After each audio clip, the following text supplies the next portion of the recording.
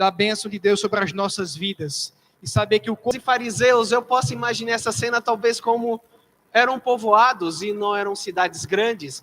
Talvez como aquela cena de uma cidadezinha pequena, onde em um lado da praça está Jesus e alguns que eles chamam de pessoas injustas, pecadoras, amaldiçoadas por Deus. Eles estão a olhar distante e dali eles contemplam Jesus e fazem o seu julgamento. A panela de Jesus: ladrões, prostitutas, cobradores de impostos, pecadores, adúlteros e tudo que a gente puder pensar de que não agrada a Deus. Jesus estava. E um outro grupo, olhando ao longe, dizia: este que se diz santo anda com pecadores. Anda com a gente, tá? Anda com eu e você. Anda com quem não presta. Eu e você. Me permita colocar você nesse balaio aqui. E eu não estou falando de gente que não paga suas contas. Eu não estou falando de gente que não abençoa outro ou que não respeita o próximo. Eu estou falando de pecadores. E se alguém consegue se isentar dessa condição, fique tranquilo. Não é para você. Então Jesus para naquele momento e, sabendo que o coração humano pensa, ele certamente estava ali e ele deu uma pausa naquele momento. Ele estava à mesa. A mesa, hoje nos nossos dias, tem talvez um peso muito pequeno. Mas para quem vem de uma cultura judaica, que sabia que a mesa era um lugar de comunhão, de conversa, de aceitação e de amizade. É isso que era a mesa. Estar à mesa com alguém quer dizer que você o aceita como amigo, que você o tem como consideração. É estar à mesa. Talvez esse valor tenha se perdido em muitas famílias. Ou quantos de nós temos a habilidade de fazer o nosso delicioso prato, glória a Deus porque temos, e sentamos ou às vezes de frente a uma TV ou um computador e enquanto mastigamos, assistimos. E a conversa com o outro às vezes fica para depois. A mesa tem um significado muito importante nesse contexto judaico. Eles se sentavam à mesa porque o convidado que aceitava sentar à mesa de alguém, ele era considerado alguém ilustre. E a cultura vai muito mais além disso. Era comum que quando alguém sentasse à mesa, diante de alguém da casa, as janelas e portas estavam geralmente abertas, e quando Jesus sentava para comer, quando ele foi comer, por exemplo, com Zaqueu, ele estava comendo, as portas e as pessoas de fora podiam ouvir a conversa. Cultura judaica. E a mesa não era feita com cadeiras ou com aqueles bancos com quais a gente senta e pega um belo garfo. Geralmente se ajoelhavam e ficavam com os pés para trás. Foi por isso que Maria conseguiu passar bálsamo nos pés de Jesus e enxugar com os cabelos. Tudo isso à mesa. Então, quando um escriba e fariseu olha para Jesus e diz assim, ele senta com pecadores, ele está fazendo uma acusação grave sobre Jesus. Muito grave. E então, certamente, por compreender a profundeza disso, Jesus chega então aos seus amigos e diz, me deem um minuto, permita que eu vá até ali. E ele chega diante daqueles homens e então começa a lhe contar algumas parábolas. E ele começa falando então de uma ovelha perdida. E ele é um tanto exagerado no contexto, porque ele diz assim, ele tinha 100 ovelhas. E nós conhecemos a música, né? E deixou as 99 e foi atrás da uma que se perdeu. Irmãos, agricultura de subsistência, vida difícil. Uma família tinha em média 5, 6, 15 ovelhas. Era para sobreviver.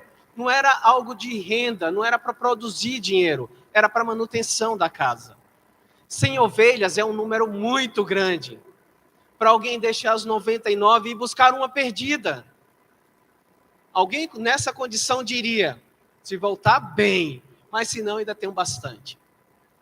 Mas quando alguém abre mão das 99 e vai buscar a 100, ou a uma perdida, é porque há mais do que amor nessa questão.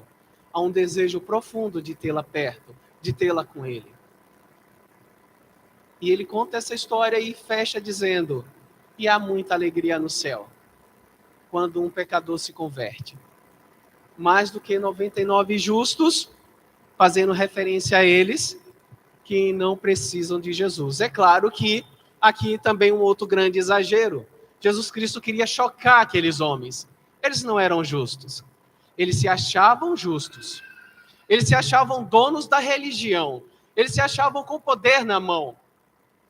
Eles governavam tanto a fé como a questão política daquele país. Eram homens de poder e de cheios de arrogância e cheios de si mesmo.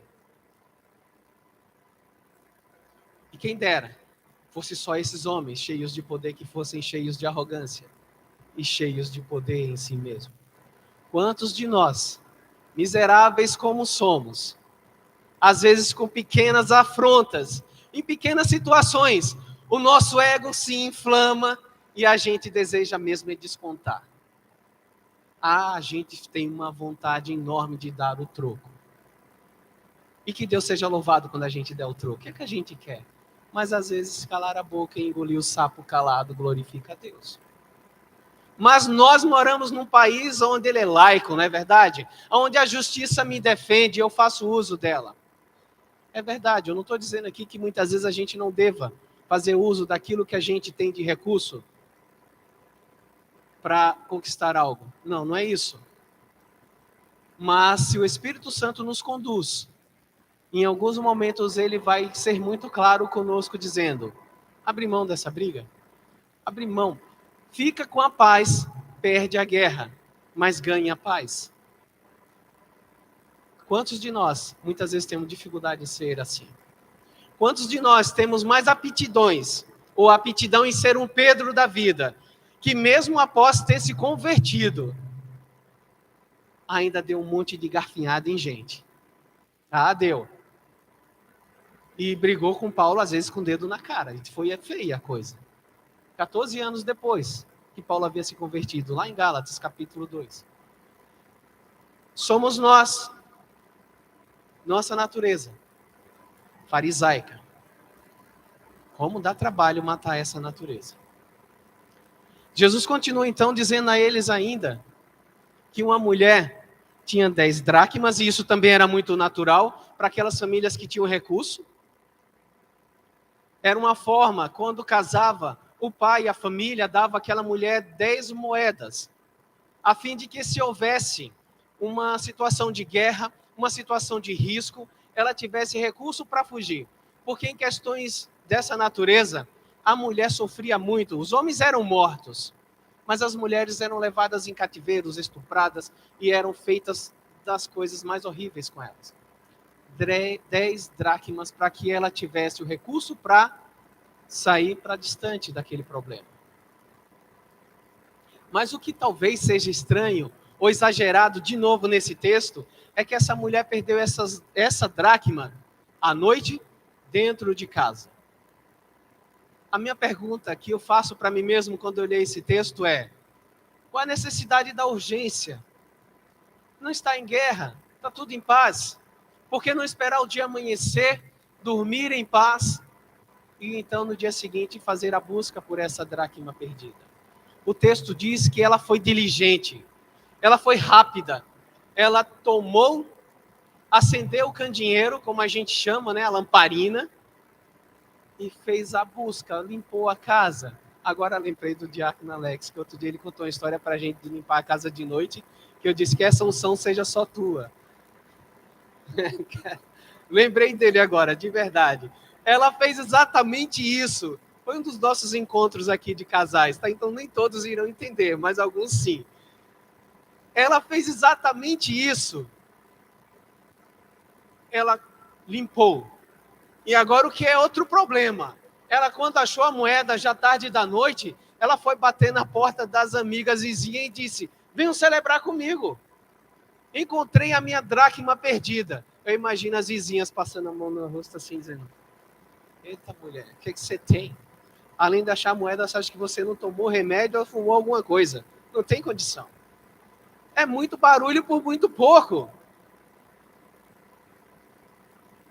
Sabe, irmãos, quando Jesus conta essas parábolas de forma tão enérgica, ele estava tentando fazer com que aqueles escribas e fariseus compreendessem a dimensão do que é amar alguém. Do que é amar alguém perdido e do peso que ele carregava por toda essa humanidade. Por todos nós. Por todos nós. E ele repete: e há alegria no céu, há júbilo no céu, quando alguém se converte. Vocês percebem? Não há julgamento de valores. Há alegria quando alguém reconhece que Cristo Jesus é Senhor. Há alegria quando o pecador arrependido, indistintamente do tamanho do seu pecado, que nós julgamos tamanho de pecado. Mas eu imagino como será o dia que estivermos diante de Deus e Ele julgará alguns. E talvez alguns digam assim: mas Senhor, só foi uma balinha, Senhor, que eu peguei. Como que o Senhor vai me colocar junto daquele que fez essas atrocidades? Julgamento de valor nosso. Mas perceba que os valores do alto são maiores do que o nosso. A régua ao pé da cruz, o chão é todo plano, sabe, irmãos? Não tem mais alto, não tem menor, não tem com mais dinheiro, não tem carro novo, não tem carro velho, não tem mansão, não tem choupana. Todo mundo na mesma medida. A gente não pode olhar um para o outro e fazer julgamento de valores. Quantas pessoas acham que porque alguém não é abençoado no sentido material, esse alguém não tem Deus? Olha que visão de religião mais absurda. Ah, eu aceitei Jesus. Nunca mais vou comer ovo. Então não sabe o que está perdendo, é delicioso. Mas, tem que comer carne a vida inteira? Não. Nós fazemos julgamento de valores. Nós medimos o outro pela cor, pela roupa. Nós medimos. Às vezes o terno prega mais do que a pessoa que está na frente. Mas olha que pregadorzinho mais chula. Ó como é que vem desse jeito. O Espírito Santo habita onde? No teu paletó, na tua camisa de grife, e tem umas camisas cara pra caramba. É nela? Não. Ele habita em nós somos o templo.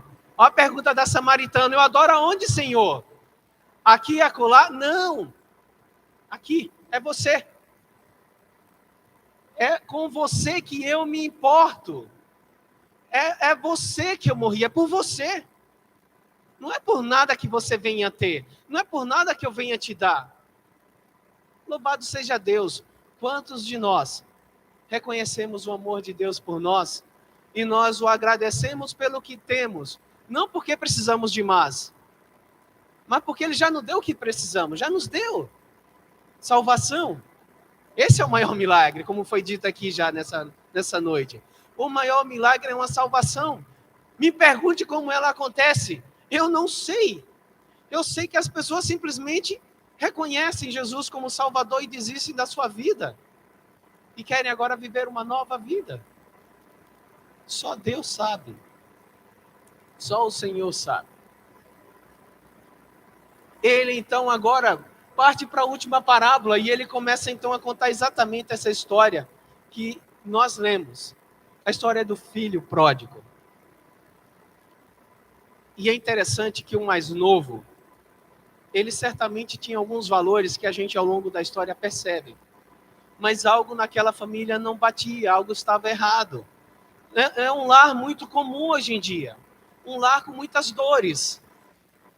E ele diz: pai, eu quero a parte da herança que me cabe, mas o pai está vivo. Um bom pai farisaico, um bom fariseu, dizia: vem cá, moleque, que eu agora te ensino onde é que tu vai achar essa tua herança. Toma ali chicote. Isso era um fariseu. Agora Jesus continua contradizendo e dando choque naquela cultura. Mais um choque. Era possível, sim, sabe, irmãos, dividir a herança ainda em vida. Na cultura judaica isso é possível. Então o que o texto diz é uma condição de exagero, mas não de mentira. Era possível. E aquele pai assim o fez. O que era comum também era da lei judaica. 2 filhos, dividia-se a herança por 3. O filho mais velho sempre teria porção dobrada e o mais novo apenas 1/3. Se fosse 5 filhos, dividiria por 6. O mais velho receberia porção dobrada e o restante dividiria pelos outros 4. Porque era essa a condição. O filho mais velho era o chefe do clã. Se o pai faltasse, morresse, esse assumia a posição de líder da família. Muito comum isso daqui. Comum no sentido de lei, mas não era natural no sentido humano, nem mesmo para eles. Naquele instante, então, Jesus contando essa história, aqueles fariseus ouvindo isso, e certamente pensaram consigo mesmo, agora ele vai dizer alguma coisa útil, o pai vai dar uma lição a esse filho. Aí Jesus disse, e o filho pegou tudo quanto tinha, vendeu, e certamente por um valor menor do que o necessário, do que o que valia, porque era uma terra numa condição bem diferenciada, e partiu, saiu de casa. E nós conhecemos, porque talvez aqui a maioria de nós se identifique, ou mesmo que eu e você nunca tenha feito tamanhas coisas absurdas, algumas pessoas que nós conhecemos já fizeram.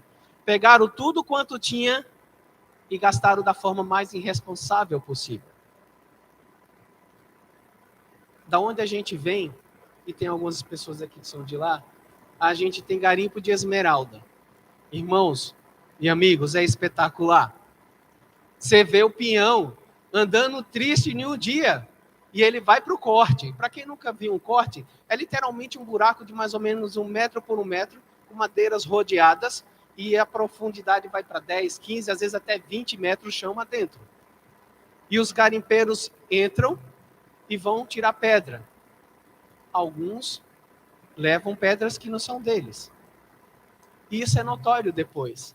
Porque o cara que nasceu leigo, sem estudar nada, em um momento depois, em 1 mês, 2, 3 depois, você vê o cara que andava a pé passar numa Hilux. E você diz, opa, esse se deu bem. Não é uma condição comum. Por via de regra, para nós que trabalhamos e ganhamos salário, o processo é bem gradativo e lento. Mas eles conseguem essas proezas. Eles agem mais ou menos como o filho pródigo, na grande maioria. No mês seguinte, liso, no mês posterior, com uma Hilux, e depois do terceiro mês, liso de novo e andando para o corte. Eles gastam tudo quanto ganham. São maus administradores.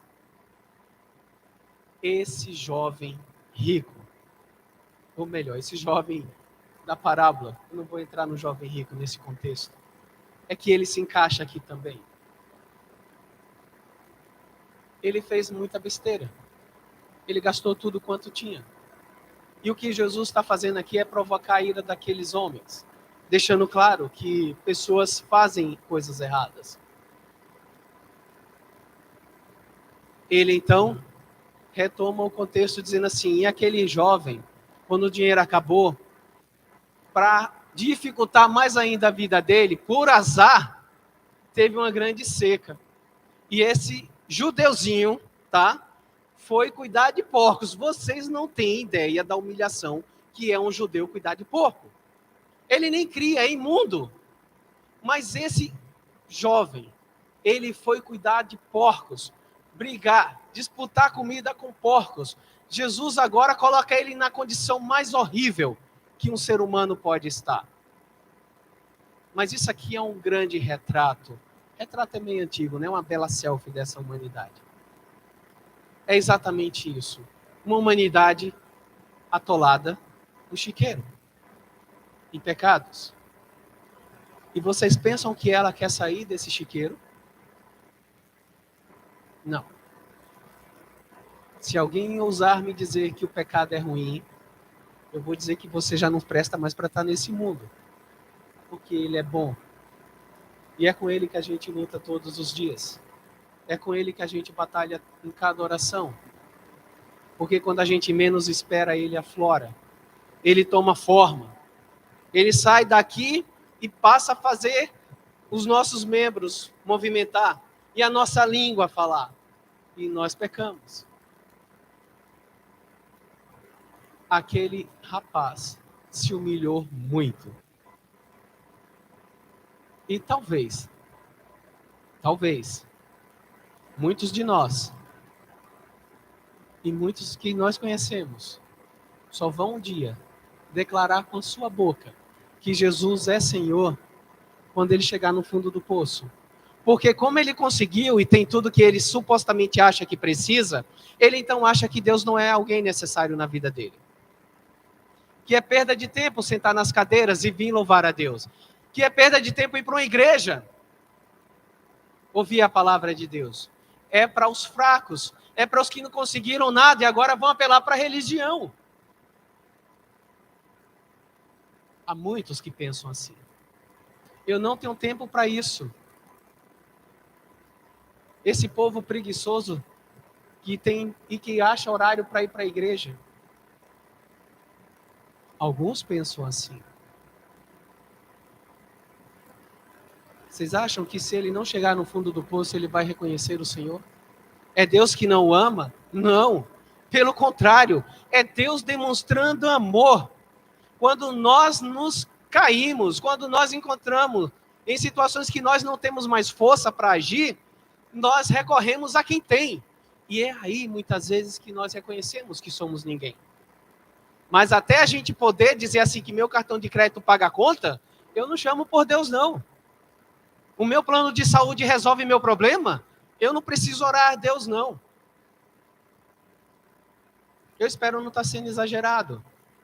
Mas muito da natureza humana, da natureza caída, é exatamente isso que ela quer. Viver sem Deus. Não foi essa a proposta do Éden? Eu ser dono de mim mesmo, eu tomar as minhas decisões, eu ter o poder na mão. É essa a proposta do Éden. E é essa a proposta que nós brigamos quando reconhecemos que Jesus é Senhor. É contra ela que nós lutamos. Eu, Senhor de mim. Irmãos, louvado seja Deus. Que atitude espetacular esse jovem toma. Ele não põe a corda no pescoço, ele não comete suicídio. Ele não vai para mais distante. Ele tem a humildade de dizer assim: quantos trabalhadores do meu pai têm comida com abundância? E eu aqui passando fome. Vocês percebem a medida de valor aqui? O que era importante naqueles dias? Um carro? Não. Sandália nos pés? Também não. Isso era coisa para a família rica. Comida. O pão de cada dia era o essencial e que cada um buscava. Somente o pão de cada dia. Vocês percebem o quanto a gente evoluiu em coisas? Ou como a gente hoje tem uma série de 1001 atividades que nos tiram tempo, às vezes, de estar ouvindo ou estar com Deus? Trabalhava-se pelo pão. Trabalhava-se pelo teto. Tendo isso, já tinha-se uma grande riqueza. A gente deseja muito, na maioria das vezes, melhorar a casa, trocar o carro, trocar a roupa, trocar o sapato, ou ter algumas dúzias de sapatos, nossos valores.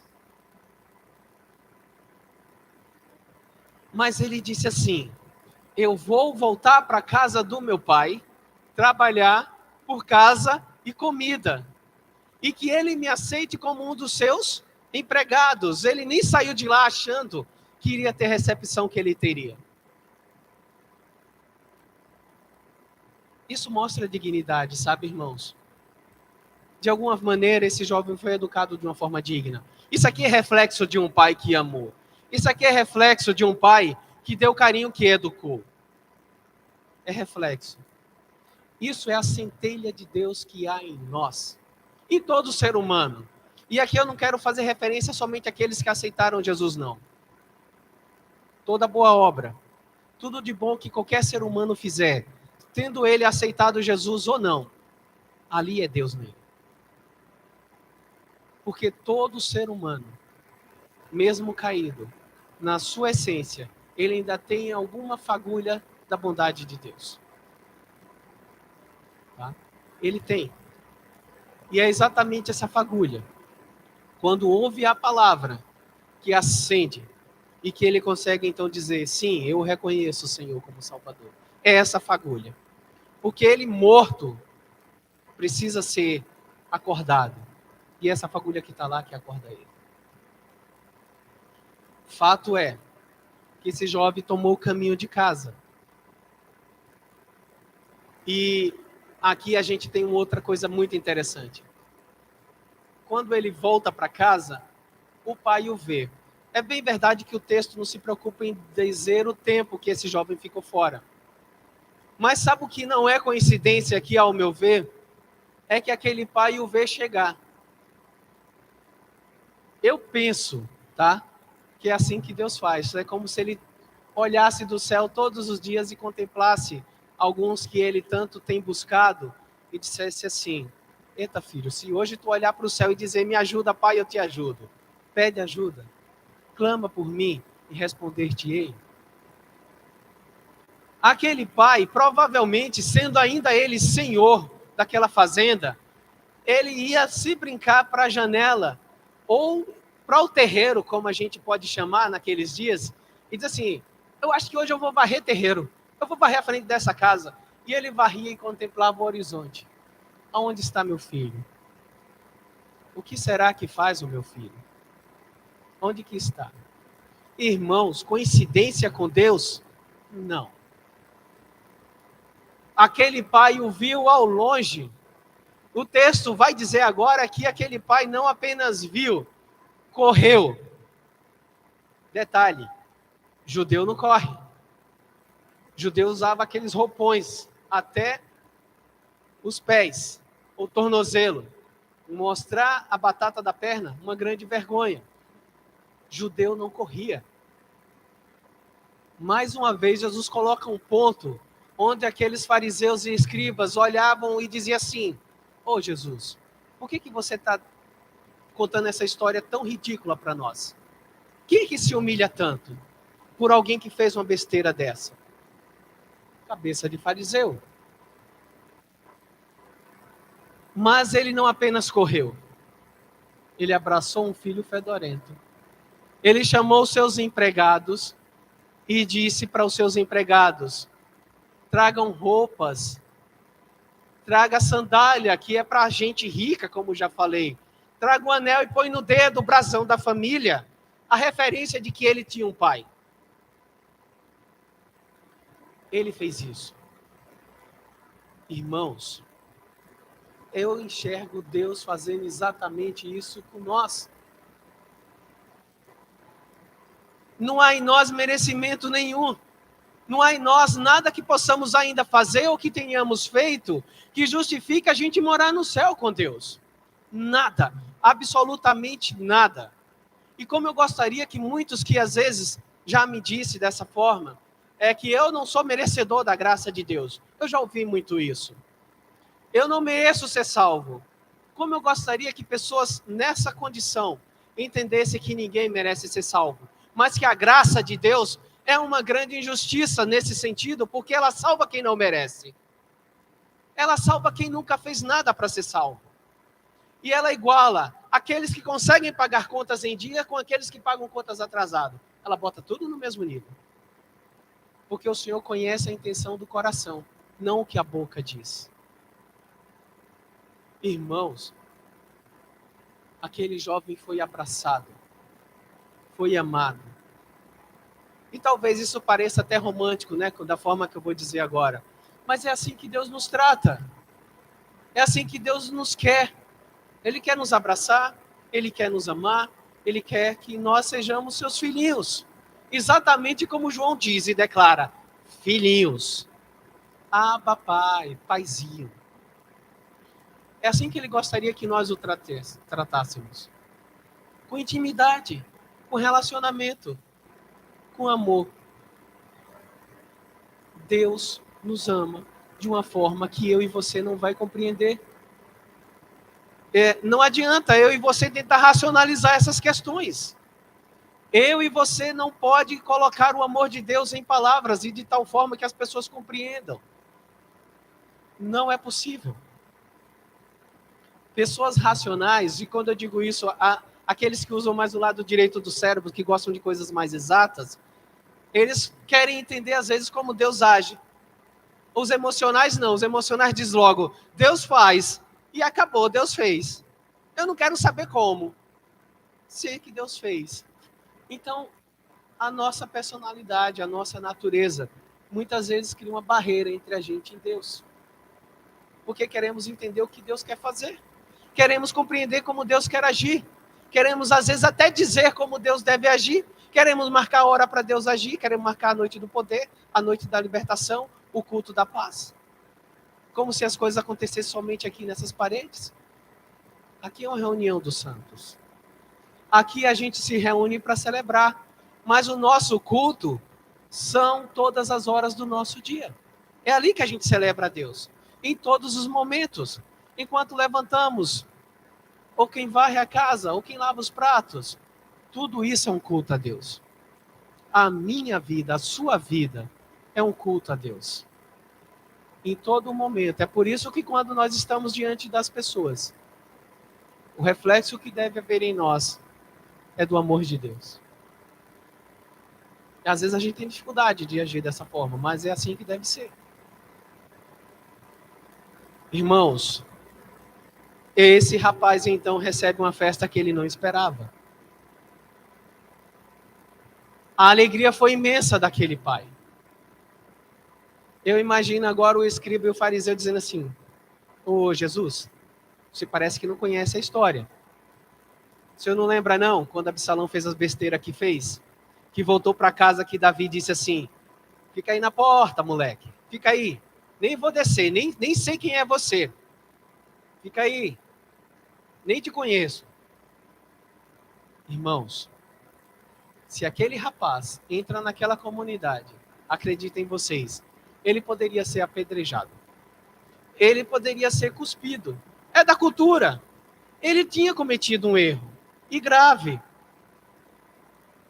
Mas o momento que aquele pai vai de encontro a ele, o veste, o abraça e vem com ele, as acusações agora saíram do filho e passaram para o pai. Sabe por quê? As pessoas olhavam e diziam assim, mas que pai bobo. Mas que pai besta. Tomara que ele repita. Tomara que ele tome agora que ele vem da fazenda, que ele tome a casa.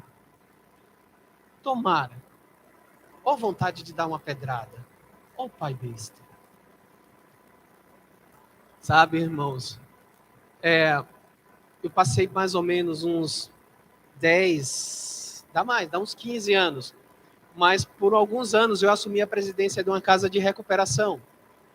E como era difícil fazer a família aceitar aquele que voltava dentro de uma condição que não o condenasse. Os dedos sempre apontavam. Ó, você é vagabundo. Ó, você não apronta. Ó, eu não confio em você. Como dava trabalho? Como isso era difícil? Eu vou abrir uma pausa aqui, para os irmãos verem como às vezes as coisas são tão terríveis. Isso aqui é muito bom. Estar no templo e adorar a Deus é maravilhoso. Mas pregar o evangelho cobra mais do que estar nessas cadeiras e nesses ar-condicionados. Viver o evangelho é muito mais difícil do que isso. Certo dia um pai me ligou e disse assim, ô pastor, eu tenho um filho para colocar aí na casa de recuperação. E eu disse, ok. O senhor dá um jeito para mim, nesse rapaz? Olha, eu sou policial. Não sei por que razão, mas ele se identificou dessa forma. Quando eu estou chegando na igreja, que era lá que eu fazia triagem, eu então disse para... Eu cheguei junto com eles. Estacionei meu carro de um lado e já estava no portão da igreja. O estacionamento é sempre à frente da igreja lá. E então, quando ele desce do carro, ele diz assim, já do outro lado da rua, a seguinte frase. Daí, pastor, dá um jeito nesse vagabundo. Ok. Só ouvi. Não tenho o que dizer. Aí do banco de trás sai a mãe e mais uma menina. Filha, irmã dele. Quando eu sento para fazer a triagem, eu vou resumir isso aqui, eu faço por etapa, fazia. Então eu conversava assim e dizia, Felipe, como foi que tu aprendeu a usar droga? Irmãos, as respostas mais comuns eram, com os meus amigos, saí, fiz besteira e aprendi. Felipe disse assim, eu aprendi a usar droga em casa. Ok, Felipe, tu tem outros irmãos? Um mais velho? Não. E com quem tu aprendeu a usar drogas em casa? Ele diz, então, com meu pai. Aí agora eu tiro uma outra conclusão. Eu digo, então esse senhor que está aí não é seu pai. Ele é policial. Não, ele é meu pai. Aí eu fiquei assim a pensar comigo mesmo. Ele se achava santo, depois a gente conseguiu conversando, porque agora ele não usava mais drogas. Ele agora era um policial, era um homem direito. Então toda vez que eu e você assumimos um patamar de santidade, a gente pisa nos outros? Por que foi o que ele fez? Ele machucou o filho. Aquele rapaz só conseguiu ficar com a gente 3 ou 4 meses no máximo. Ele tinha tantas coisas a ser tratadas, mas tantos traumas, que nós tínhamos um psicanalista, um psicólogo, e eles não conseguiram nesse período ajudar aquele rapaz. Ele estava travado. O tratamento não andou em 4 meses. Ele estava exatamente no mesmo lugar do dia que havia entrado. No mesmo lugar. Travado por dentro, machucado, ferido. Sabe, irmãos, é muito difícil evangelizar em casa. Dá muito trabalho olhar para os nossos e falar de Deus, porque eles não conhecem as nossas palavras. Eles conhecem as nossas atitudes. Eles sabem quem somos. Ô irmão, que Deus tenha misericórdia de nós.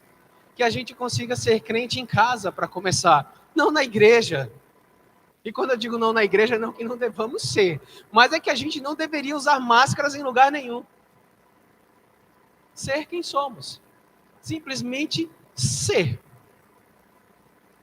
Aquele jovem rico tirou a máscara. Oh, meu irmão, me perdoe. Aquele jovem tirou a máscara. Ele tirou a máscara dele. Se nós não tirarmos as nossas, Deus não tem como agir. Deus não tem como operar. Deus não tem. Ah, mas Deus pode. Sim, Deus pode, mas você quer, você deixa.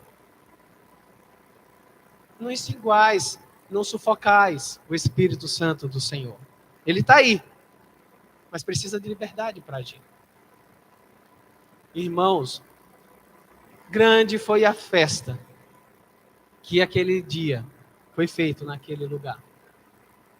Irmãos, o cabrito gordo foi para o espeto. O negócio foi bom. Tocou-se música. Essa é a celebração que Deus faz quando a gente se converte. É sempre assim. Deus nos ama de uma forma que eu não compreendo. Você também não vai compreender. Deus nos ama e acabou. Não é mérito. É favor não merecido. Isso é graça. Favor não merecido. E aí, então, para fechar essa história, Jesus agora vai tratar dos escribas e fariseus, porque bem verdade que nesse texto e nessa história, ninguém ama o Pai. O que foi pelo dinheiro, o que ficou pelo dinheiro, tá? Porque ele já começa dizendo assim, ô Pai, esse teu filho, não é meu irmão não, é esse teu filho, voltou, o Senhor matou o cabrito gordo, e eu nunca tive nenhum para celebrar com os meus amigos, nunca tive nada. Ele estava lá por interesse. E aqui é realmente algo onde Jesus talvez o fez para confrontar. Porque aqueles homens da lei e da religião se achavam muito bons. Muito bons. A ponto de não precisar se render ao Senhor dos Senhores. Não precisavam, segundo a cabeça deles. E esse, então, rapaz, tem um confronto com o próprio pai.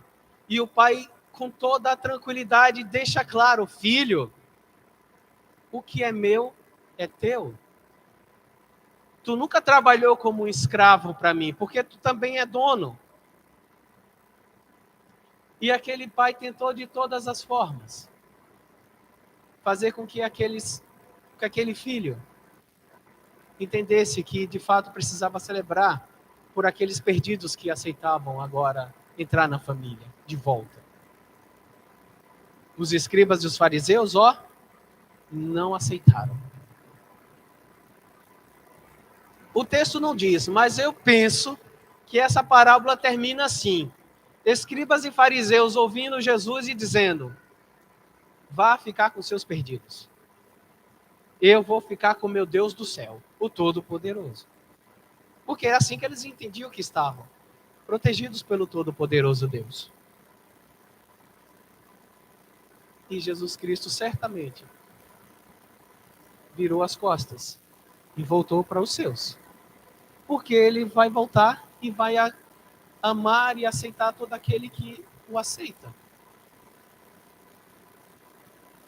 O que vai ser feito quando alguém não quer amá-lo? O que eu e você podemos fazer é orar. Pedir a Deus que derrame graça e mais misericórdia. Que Deus nos ajude, sabe, meus irmãos, a não ser fariseus, a não ser o filho mais velho dessa história nos nossos dia a dia. Que nós sejamos... Filho pródigo nós já somos, tá? Ninguém aqui nasceu no céu. É tudo por adoção. Essa é uma condição igual para todos nós. Mas que sejamos, pelo menos, filhos pródigos que têm compaixão do próximo. Pelo menos isso. Que a nossa natureza continue sendo daqueles que são gratos pelo que recebeu. E que de graça recebeu e de graça também vai dar. Que Deus nos ajude a viver a vida dessa forma. Sem amar coisas, e sim amar pessoas. Sem usar pessoas, usando as coisas. Que os nossos valores não sejam os deste mundo, mas que sejam os do reino. Que Deus nos ajude a ter essa condição. E como isso dá trabalho, tá? Como disse e repito, a parte mais fácil de tudo isso que eu estou falando aqui é exatamente falar. Viver não é tão simples. Mas que o Senhor Deus, pela sua imensa graça e misericórdia, nos dê força para isso. Nos ajude. Eu vou pedir que cada irmão, e eu não sei se aqui entre nós tem alguém que ainda não reconhece ou não aceitou Jesus como Salvador, mas eu quero pedir a cada irmão que já o tem, que ore ao Senhor agora, pedindo a Deus por cada pessoa que não tem. Ore ao Senhor que ele possa ser alcançado.